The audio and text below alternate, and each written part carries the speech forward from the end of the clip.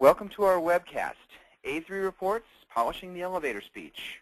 I'm Larry Goldman, Vice President of Marketing for MoreSteam.com and the moderator of today's webcast. As always, we're recording this presentation and make it and the slides available for free on the MoreSteam website. This is a re-recording of the webcast that we did on October 31st with better sound quality. So here is our agenda. After a brief introduction, we'll spend most of our time focused on the presentation. We're going to stop halfway through, and we'll address some of the questions that were asked during the live session, and we'll also stop at the end and address some questions then as well. Your host, MoreSteam.com, is the leading provider of online Lean Six Sigma and process improvement training and technology. Since the year 2000, we've trained over 375,000 professionals in all levels of online belt training and certification, including our 18-hour Lean Methods class, now available in English, German, Portuguese, Chinese, and Spanish, and our Master Black Belt training, which covers advanced Lean topics and is jointly offered with The Ohio State University. MoreSteam trains individuals and works as a partner with training programs of process improvement deployments. For large training initiatives, we provide a variety of software as a service tools and online courses, including over 250 hours of modular lessons, foreign language training, interactive classroom project simulations, and online testing and project management. MoreSteam proudly supports some of the largest existing blended learning process excellence programs in the world. To learn more about what we offer, visit our website. Now on to our presentation. I think it's worth noting, for those of you who are new to this educational webcast series, that whether our monthly topic is a grand theme, such as change management, or a more tactical skill like negotiation or coaching, we always aim to do two things. The first is to make it compelling and worth your time, and the second is to make sure that it's practical, that you can use some of this information in your work. So today, we'll easily realize both of those goals with our guest speaker and our topic, the A3 report. A tremendously useful Lean tool, the A3, when used correctly, helps you to identify and communicate critical project information and to facilitate business decision-making.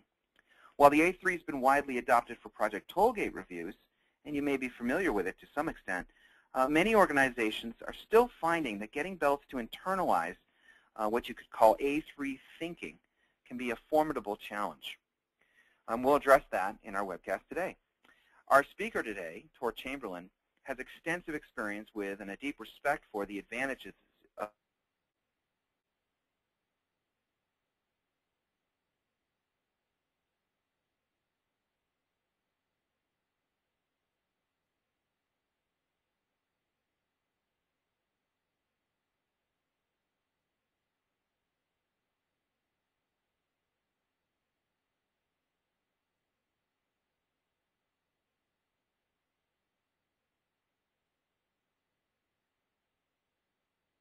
agreeing to share your wisdom on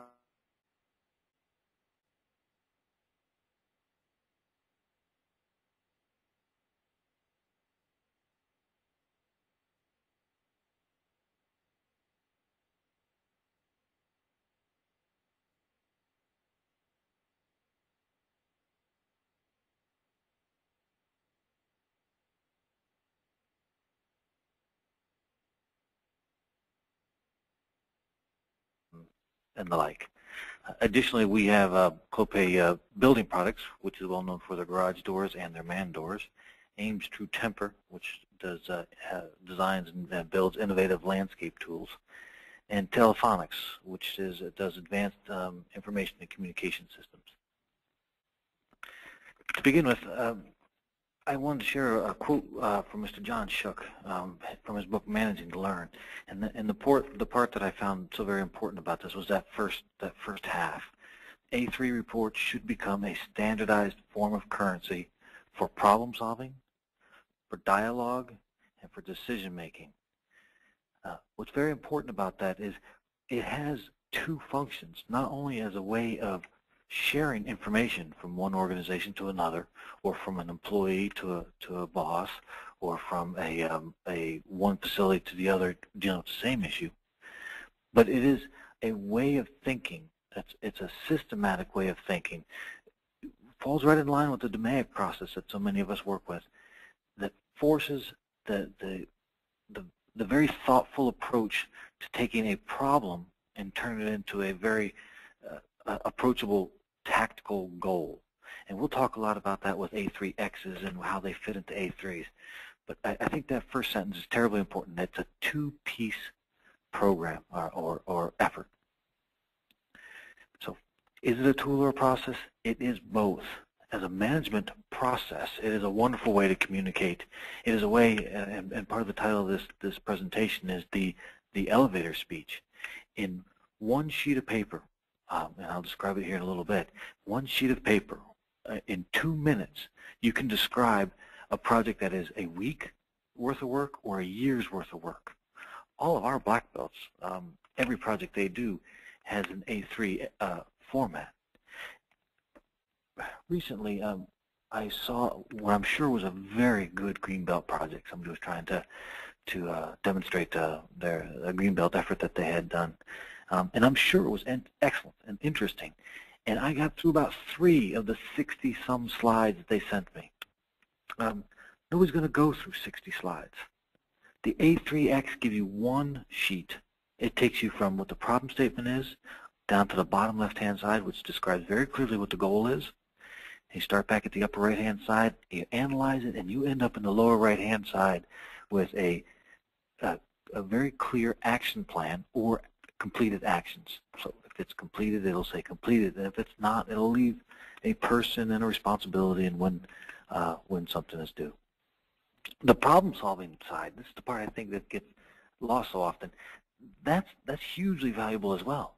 We have to take a problem that somebody brings to us and somehow write it down in a way that it's measurable, that it's approachable, that we agree to it. Think about many of the problems, the problem statements you write, and how very difficult, and how very often, you write the problem statement and the solution in the same sentence. We shall eliminate scrap in the wire drawing department by improving our die selection. There's the question and the answer. And the nice thing about that, you have the answer right away, is you'll get a chance to do it again. Because if that was the answer, you would have already done it. The reason you're doing a project is because you don't know the answer.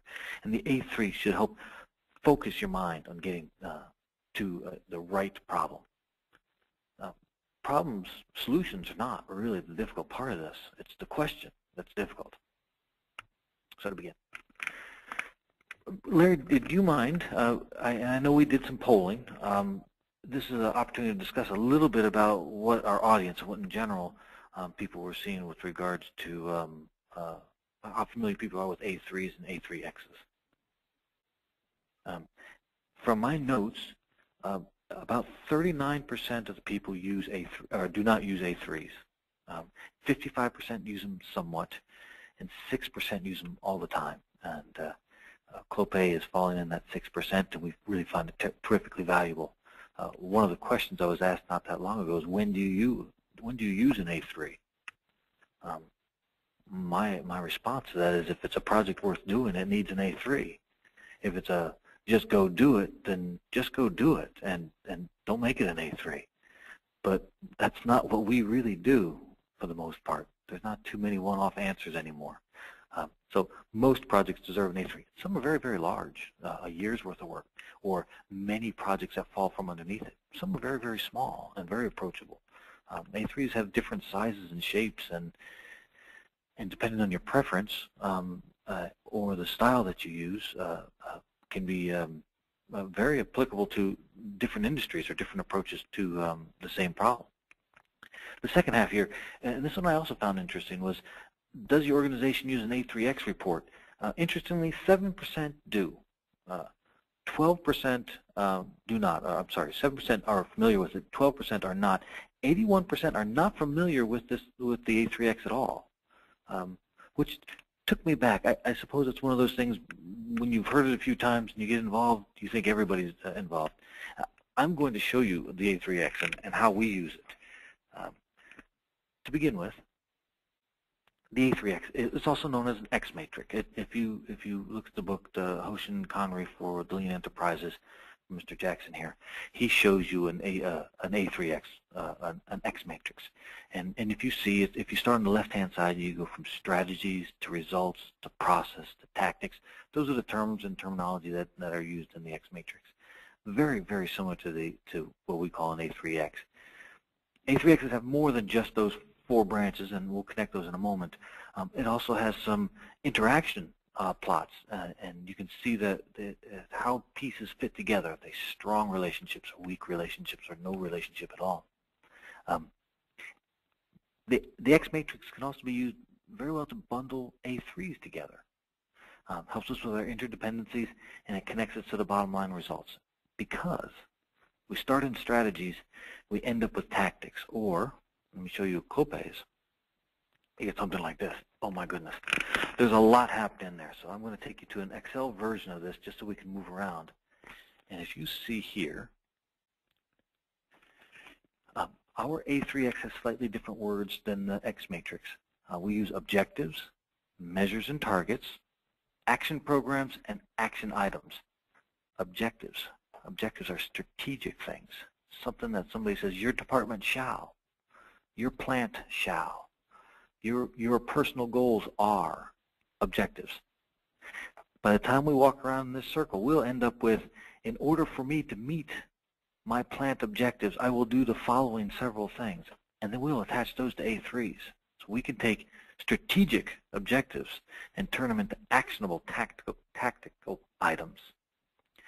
What we've done here is we've added some colors to make things a little easier to trace. And if you see, we have, please don't get too hung up on the words in there. I made these up for this example. But world-class safety record for 2012. What are the measures and targets? What are we looking for? Well, we're looking for a decrease in the number of hand safety incidences by 50% and a reduced fork truck incidences by some percent. My imagination didn't allow me to get all the percentages in. That leads us into action programs. Well, we are going to gather the appropriate people together, and we're going to focus a team on hand safety. We are going to contact some professional organizations and find out how they handle fork truck issues. And those lead to action items. So you've said what we want to get to, and you've got a pretty good idea who we're going to do, but what are you going to actually do? What is the tactical part? What parts can we touch? That's where we do our action items. Develop a plan to increase the use of PPE. That'll connect to some, we'll hyperlink that to something. But mostly, if you look at ours, they connect to A3s. There's a hearing prevention A3. You connect on this, it'll take us off to the A3. And here is how we are going to deliver the hearing loss prevention improvement, which should be part of this assembly here, the assembled hearing loss prevention team, which will go back to decreasing the decibel levels, which will go back and deliver the objective that we were given in the first place, which is world-class safety record for 2012. So forgive me, I'll go back to our presentation. And this is just me trying to show you the colors. If you don't like colors, use shapes, use something different. This is Clopay's version of this. To be completely fair, the mechanics of this are done through an Excel spreadsheet developed by a company called Systems to Win. It was very good, and it got us an awful long way. We've adjusted it to our liking a bit, but it's like anything else. You have to tailor it to your organization, and your organization may or may not appreciate ours. But visualize this being posted in the war room, and when you're asked, what are you doing and why, being able to connect everything together. So onward, objectives. We have objectives, measures and targets, action programs, and action items. This to me is the most exciting part of the A3X, from strategic, hey, here's what I want to happen in the next coming 6 months or a year, to, oh, here's how I'm delivering what you've asked for. So our objectives, and remember, we bring ours by color. World-class safety record for 2012. Comfortably leads us into something measurable. Decreased number of hand safety incidents by 50%. That's very measurable. Reduced the fork truck incidences by X%. And into the action program. We are going to use a team for this one. We are assigning it to Billy Bob. We are going out for external training. We are hiring a contractor. All those things are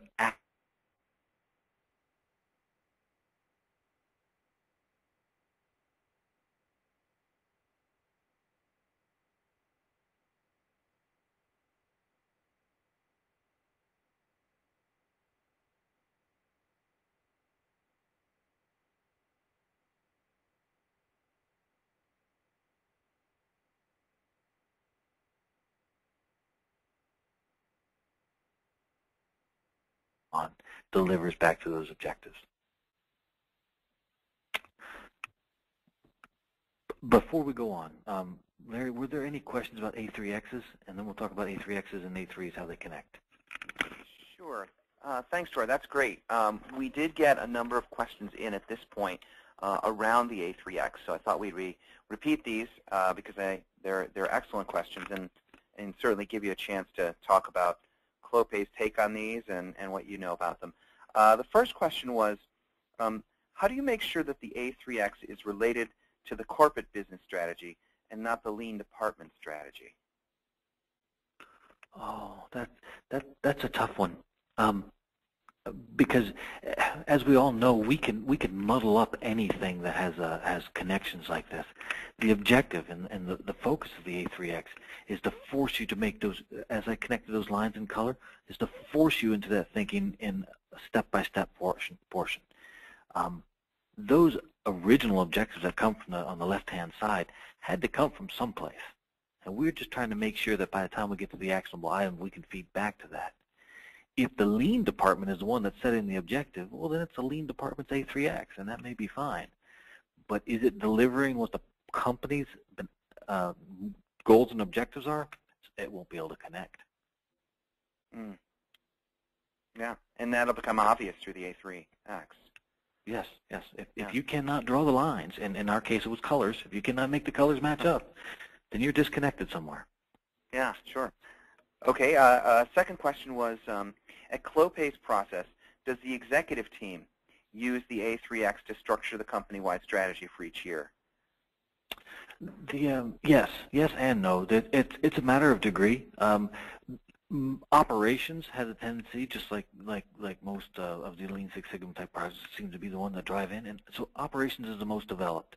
But those goals and objectives and the strategy for developing those and then supplying those down through the food chain, whether or not it's operations or sales or whatever, is done through an A3X thinking.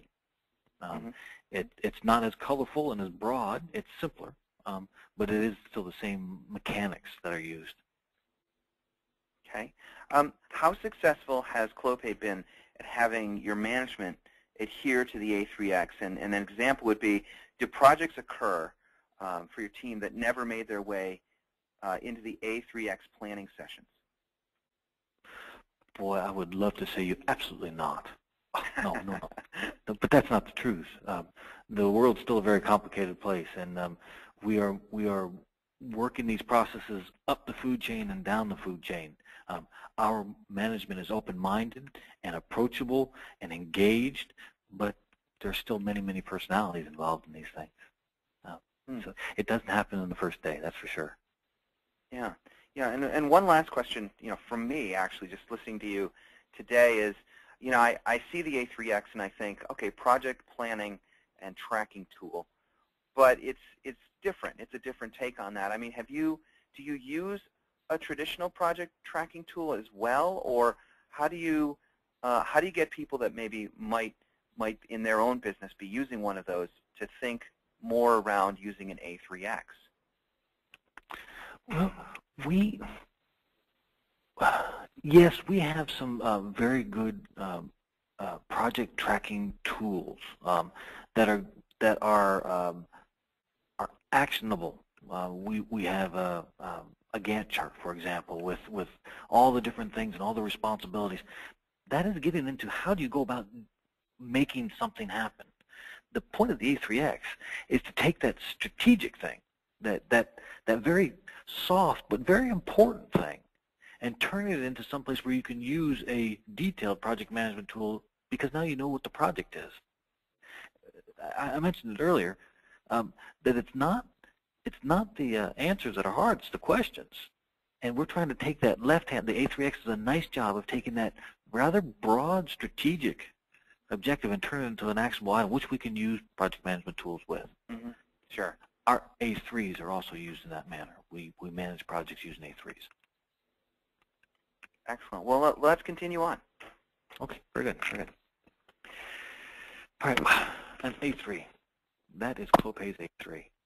This was this particular one was developed by Mr. Vance Green, who's our Director of North American Operations. And what he's done is he's taken the A3 form, And he's put these little yellow boxes in there that describe each of the sections of the A3, what you should see in there, some tips, this is the sort of place that you should, what kind of information should be in there, and some warnings. Please do not do this or watch out for that. Make your own. Make one that fits your dialogue. Make one that fits your culture. This one works quite well for us. There's different ways of approaching it, and there's different ways of formatting it so that it reaches your audience better. This is our A3 form. And I'm going to show you examples of as we're using it as we're going through. But what is an A3? An A3 is a sheet of paper. It happens to be the size of a sheet of paper. There's A2s and A4s as well. A3 is an 11 by 17 sheet of paper. That sounds like a big piece of paper when you think of it as just that. But when you realize you're going to put a year's worth of work on it, it can be kind of intimidating, very, very small. It'll frighten you how small it is. But it is the size that we use. It's also, A3s are a standard way of telling a story. We always know, if you pick up any of our A3s, the upper left-hand corner is going to tell you what the title is. The lower left-hand corner will tell you what the goals and objectives are. And the lower right-hand corner will tell you where we are in this project. Most of the way through, finished, complete, who's responsible for it, timelines, whatever it is. But that left-hand side is so very, very important. We'll spend some time there. It's so very important, and every A3 you pick up is going to look the same. It's a standard way of communicating. Mr. Shook mentioned that earlier. The visual documentation of the problem-solving thought process. That sounds silly, but that is so incredibly important. What we're doing is walking ourselves through taking a project from a title to a goal, and we're doing it in our mind, and we're using our pencil, and we are showing our work. We went from setting our title to developing what our background is, to going into our current conditions, to developing what our problem is. You can see it step by step coming down the left side. We'll go through that in a lot of detail here in a minute. The other thing that was very important is when you get to that lower left-hand corner and say, from this information, from the decisions I've made, and as I've demonstrated here on the left-hand side, this is what I'm working on, and this is what I'm going to go get. And that's signed off by the champion or the manager for the A3 or whatever. There's no lack of clarity here now about what we should be working on. There's no question. Doesn't mean that as we start to do analysis, we find or learn things that we don't have to go back and reconsider the left side of our A3, the development side of it. But there's never going to be a confusion about, am I working on the right thing, or do you think I'm working on something and I think you're working on something different? And it's also a great way for us it's a approval process. When we hit certain milestones, we can say, yes, we agree, we all are on page. In Clopay, every Thursday, there's an A3 review. You sit down with the managers, and they go through, not all of them, but there's usually 6 or 7 or 8 or 9 running around at any particular time, but you go through a couple of them, and it's the opportunity for that team to say, okay, here's what we're doing, and get a dialogue. It's not an opportunity to be critical of everything they've ever done. It's a chance for us to discuss what we're seeing, what we're learning, and it's a single sheet of paper where we can discuss an entire project without going through 60 slides of a Greenbelt project, for example. Here's an example. Many of us, again, are Lean Six Sigma practitioners, and we think in DMAIC. Here's how DMAIC fits in there. This happens to be an A3 I made actually a couple years ago now. And it's not even a very good one. It's not nearly visual enough. That's the challenge, is always to make it more and more visual. Make it so that there's fewer and fewer words and people can get, it's intuitive. But the point I wanted to show you here is our DMAIC process fits in the left-hand side is define and measure, and the right-hand side is the analyze, improve, control. The defining and the measurements that you establish in a project, I believe many of us will agree, are the key portion. Because once you've established what the problem is, once you've defined it very well, and you have some way of measuring it, now it's a matter of applying our very substantial tools, our very capable people, and our very capable hands and minds to resolving it. We can do that, but we have to have that left side established well. And that's where you often hear me talk about the left side of the A3 and the right side of the A3. Define and measure is on the left. So let's begin. Define and measure what? We often, and I mentioned it earlier too, that we often go and we write what our problem statement is and immediately write what our problem's answer is too. And some of that is because we've just been doing it that long. Some of it is we think we really know the answer. Some of it is that tribal knowledge, and we all know the tribal knowledge. The unfortunate part is many times the projects that we're working on, by the time they get to us where we have to really struggle our way through them, are problems that have been thorny or have been nagging. And the reason they are is because we've already known the answer so many other times, we've never really gotten down to it. So the A3 process forces you to do the following steps. We establish a title, just the name of the project. Our project is going to be reduce rubber roll wear. Let's, whatever. Reduce the number of return authorizations, whatever your industry may ask. That's the objective. Sometimes those titles can be huge. Solve world hunger, or completely improve the first pass yield of an entire organization. Big projects, and I will show you how we deal with those here in a moment. But we have a title. We have a place to start. From there, it's a background. You're dealing with different departments. You're dealing with different people. Sometimes you're dealing with different industry. Here's a chance to say, hey, this, what we are talking about is a wire drawing process.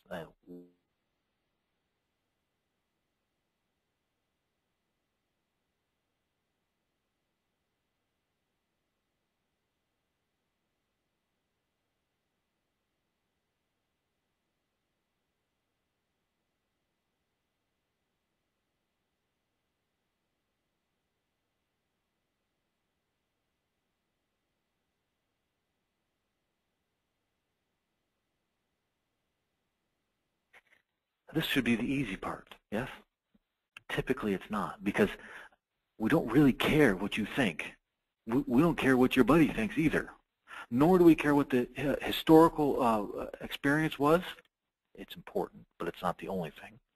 Nor do we want to know the best financial report you've ever seen. We want to know what you know. And can you put your finger on it? Can you be sure? Have you gone to Gemba? Gemba is not typically at your desk. It's very rarely at your desk. Have you gone to where the condition is and seen it, touched it, felt it, and know that you have got the right one? What do you know? That's probably the most difficult part of this left-hand side. After that, now that you've looked at what you know, I see that this machine has the highest scrap. I see that this department has the lowest yield, or this one has the biggest turnover. Now you can start to write what the problem is. What's important, though, is you got to keep going back to the top. Does my title fit in with my background? Yes, yes, yes. Okay. Does my background and my current conditions, do they know each other? Yes. All right. When I set my problem statement, let me start back at the top, and I'll read. Does my title roll into my background, roll into my current condition, roll into my problem statement? You will hurt your feelings when you start to realize the number of times you write down problem statements that had nothing to do with your title. It's human nature to drive our minds to a place where we know the problem is. But that may not have been what the question was. So go back, make sure the title leads to the background, leads to the current conditions. If you find out that the problem statement that you really, really want has nothing to do with the title, then start over and change your title. Don't force it. Make sure that it's linear and that they fit together. And once you have the problem statement done, setting the goals and targets are the easy part. I will make a 50% improvement. I will make it industry standard. I will make it improved by industry standard by 10%, or it'll be the best department, whatever it may be. Set the objective. Be very, very clear. Make it measurable. Make it with time. By June, by tomorrow, by 50%, by bill. Okay. What does it deliver? It delivers for us clear, measurable projects developed from data. It gives us a project tracking mechanism. I've already explained how that left-hand side leads to a wonderful way to communicate what the problem is. It's a single communication method. We all use the same one. Every time you pick it up, you know what to expect. Okay. What does it cost? Doesn't sound like much, but it is painful for many of us to be this disciplined at the front end. It takes a lot of discipline to make sure that you're going very slow and doing this title to background, background to current, title to background to current. You have to be willing to let the data decide. We all do it at one point or another. Yes, but once you start the yeah buts, the yes buts, the I know better than my data, we're making a mistake. We're steering it by our inclination or our preferences, not by the data. And watch when it happens. You'll see it in the project happening. Yeah, but no, let the data do it. It takes patience. You don't do the left-hand side of an A3 in an hour. Sometimes you don't do it in 2 weeks, particularly if you've got a contentious group of people that don't all agree. The data is what will anchor us all. If we all can agree on the data, we can make the decisions from that. If we're very, very disciplined about the left-hand side of our A3, we end up with a very clear project and a very measurable goal. And now it's actionable. Now it gets simple. The saying in Clopay is, you must go slow in the beginning to go fast at the end. Because if you define the right question, the right problem, and you set the proper goals, now you can apply your strong resources to delivering those. And then it goes very, very fast. So do your work up front.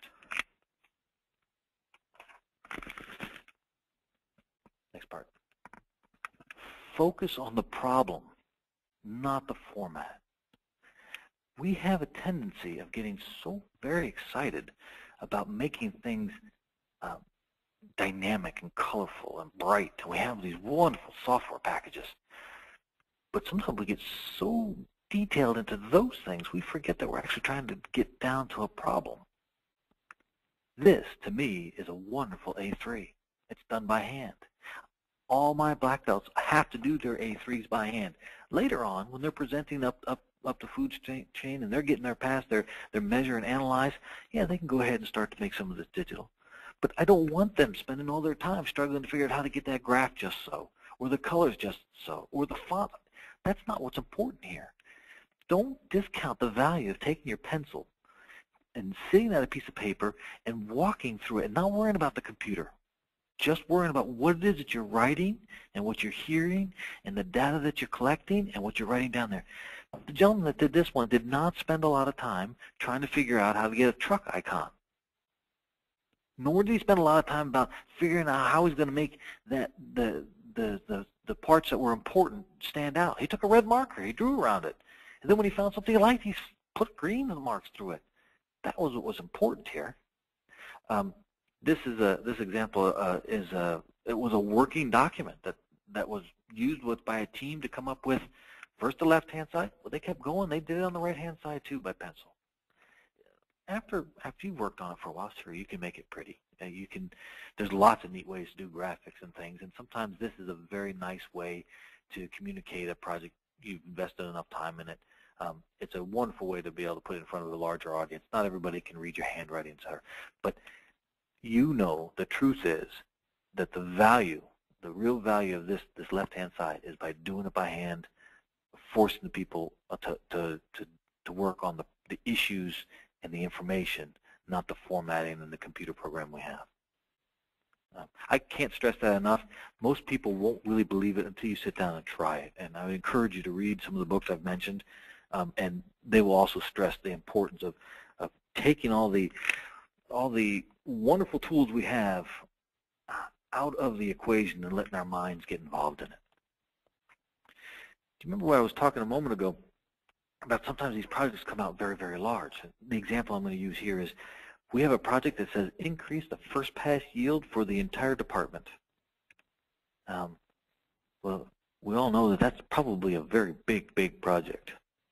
Now, we call that a mother A3. That project, when you start to dig in, you get the left-hand side, and you say, well, yeah, there's the opportunities, and you start to do the analysis, you'll find out that there's 2 machines that are the highest first pass yield impact machines.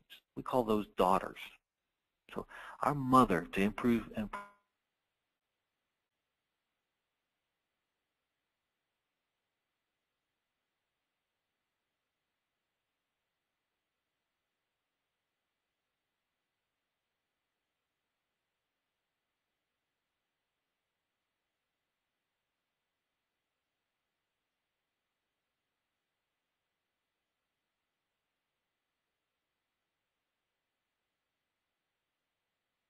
very nice A3 to do a SMET event on an A3. It's got a very clear beginning and a very clear end. But I also have a significant, I don't know what it is, scrap issue related to something. I may say develop a whole A3 on just a piece of that. But look what ends up happening. My daughter A3 leads up to my granddaughter A3 leads up to my daughter A3. My daughter A3 leads up to my mother A3. My mother A3 is that large objective that may have come out of our A3X. It's connected, the whole thing. Or another way to look at it is this way. The top part is the green A3X. We have the strategic goals that came from a high. We bring them into our organization, whether or not it's a department or it's a plant or it's a company. And we go around that circle starting with our objectives, and we end up with, going through our measures, our action programs, we end up with action items. Action items are still pretty broad words. We need some way to control them, so we begin an A3. And that A3 leads to daughter A3s and sometimes granddaughter A3s.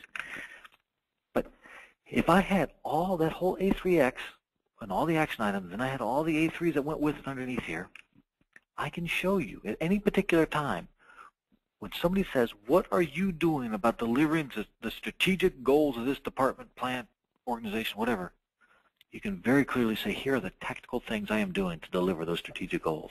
It's linear, it's connected. And maybe I get the first daughter A3 done, but I'm having struggles with the second one. Okay, I'm not getting every, but my second set of action items has these other daughters that I'll be working on. When you come into the organization and say, what have you done for me lately? I've got A3s that I can put right down in front of you, one right after the other, or put up on a screen in front of you, and says, here's what I have done, and here's how the problem developed, and here's how where we are in the process, and here are the resolution to issues, and that ties right back to our very strategic goals. I obviously am very excited about this. I really like the fact that we can connect a strategic objective that may or may not be tied to a mechanical or a very tangible item, and we can connect the two using this process. Now, don't take my word for it alone. There's many resources. We use many, and we're not afraid to borrow even more. But here's some of the ones: Managing to Learn, the Hoshikei, the MoreSteam training, the Ohio State University Systems to Win, all excellent. The Lean Enterprise, full of this. I'm afraid to not mention everybody because we use a little bit from everybody, and we develop it and make it fit our organization. The process of taking a strategic goal and turning it into a deliverable item is what most of us are tasked with daily, and this A3X to A3 is the mechanism that Clopay uses, and we find it quite successful. I think we are back to you, Larry. Thanks, Tor. That was great. That was excellent. As I said before, we have a number of questions that came from our live session that I wanted to ask you again, because I think they're great and they address certainly the specific concerns of individuals out there. Before I do that, a real quick question for you is, so you pointed to those references before. I know that people are probably interested in the A3X as well. And you had that one reference on the earlier slide. The ones that you mentioned, is there anyone in particular, if somebody wanted to just focus, let's say they do A3s and they wanted to focus on the A3X, is there something you might suggest? The Hoshikei is very good for that, and I really like taking the Systems to Win mechanics. I found that to be a tremendous way of forcing my mind through the steps. I really thought that was very good. Oh, that's great. Okay. All right. So here's some questions then. First question, looks like a lot of similarity between traditional project charters and the A3. Have you stopped using project charters at Clopay? Yes, for the most part. A3s not only deliver us the same information that a project charter will, and there are other mechanisms out there that will. There's other mechanisms out there that you can track projects. The A3 brings us something else. It brings us a way of developing down to an actionable item, that lower left-hand corner. And I haven't run across many things that do that. It hits both. It's a single way to communicate, Very, very presentable. It's a little awkward sometimes, depending on how you what kind of equipment you're using. But it's consistent. It's very charter-like with the right kind of information, but it has that mechanism from helping you drive down to the right problem. Okay. Would you say that there's a difference between a one-pager and an A3? Yes, because again, the A3 has that effort, that process of getting down to the actionable items. And most of the one-pagers, for example, very great, wonderful way of communicating something, but doesn't force that mindset of walking step by step down from the problem statement to a problem statement. Sure. Yeah, the development piece is critical. You talked about using it as the key a number of times as the key communication tool. In black belt projects, for example, do they have supplemental materials that they also put through, or do you really keep them down to the A3? The A3, and the way I say it to them is I don't really care to hear the roar of the cannons. I just want to see the holes in the target. I know there had to be a roar to get that hole. That's their job, and as their mentor, I want to see that, and I spend time looking at that, and I look in great detail about how they got there. But when they're trying to communicate what they've done or how they've done it, their audience does not need all that detail. I will not allow a link of an A3, for example. If you cannot do it in the A3, then you are not being concise enough in your thinking and your presentation. And let's face it, that's a very important part of the DMAIC process, being able to communicate what you've learned. Do people, maybe even new employees, do they accept that from you, or do you ever get pushback? Well, sure. They wouldn't be challenged to be in the a black belt or in the program unless they had the kind of minds to push back. I haven't had an argument that's been able to sway me from my thinking, though. Yes, I want them to do those things, and that is their job. If they need to be able to explain to everybody they meet exactly how they did it, then why do we really need them doing it? All those other people could do it instead. Again, it's the roar of the cannons, the holes in the target. We want to see the deliverable action items. Sure. So in terms of developing it, how long does the A3 process usually take? It varies a great deal by person and project. The A3s that we use in our black belt projects, because of the training and all that, it might take 2 months before you get the left-hand side, because the people are learning and they're gathering data and they're reading all the DMAIC stuff. Or you could sit down in the right room with the right few people, and in 3-4 hours you can have the whole left-hand side of that A3 buckled up tight and clean. But you better be able to go to Gimba and get your data, make sure that you've got good information going on there. Then, of course, the right-hand side, that's the analysis and the improvement side. That depends on your process or your project and what you can get accomplished. Sure. I've seen them take hours, and I've seen them take weeks. In terms of the pervasiveness of the use of A3s, we had a question, I don't know if you remember this, but somebody was very curious to know if the operators or someone at the shop floor level was using this rather than just, say, the belts or the leaders. Optimally, the operator is the perfect person. I have a problem. The title of my problem is, and they walk through this process, including they do the analysis and everything on the right-hand side. When they get done with dealing with that problem, they've got a problem. It's very clear where they got to, an objective, and a solution, and that's the best. I don't think we're that mature that we can do that with operators yet. And it won't be for lack of trying. Supervisors, to some degree, more often than not, process or engineering or organization, further up the organization. But it has more to do with exposure and training than any skill set. Operators are very capable. Who knows it better? In terms of the left side of the A3, how do you ensure? What do you do to make sure that these people, that your guys go slowly? Well, I mentioned that one of the things we do is we have these Thursday meetings. It can be difficult to stand there in front of that group when you have holes in your arguments. Everybody understands the importance of being able to connect that title to that problem statement, and the data has to be legitimate. It takes a lot of discipline, and the way we ensure it is with exposure, talking to each other, and being able to present it, having to present it.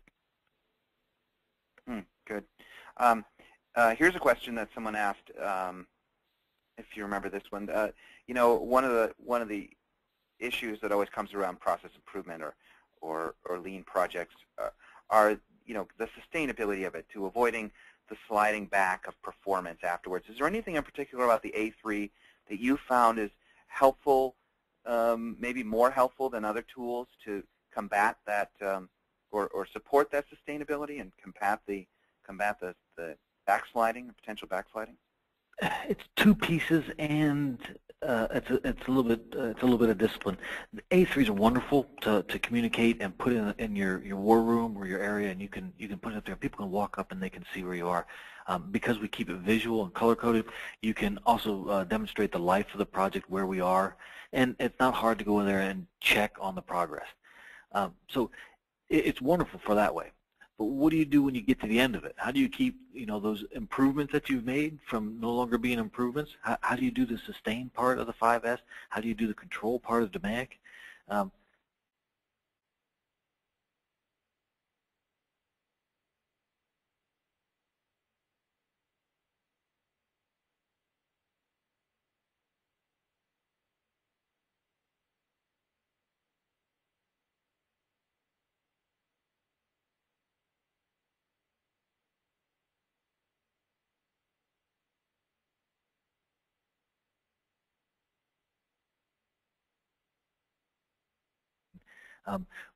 We can collect those up and have a little A3 of collected miscellaneous items. What would they call it? Papri type of you know, A3.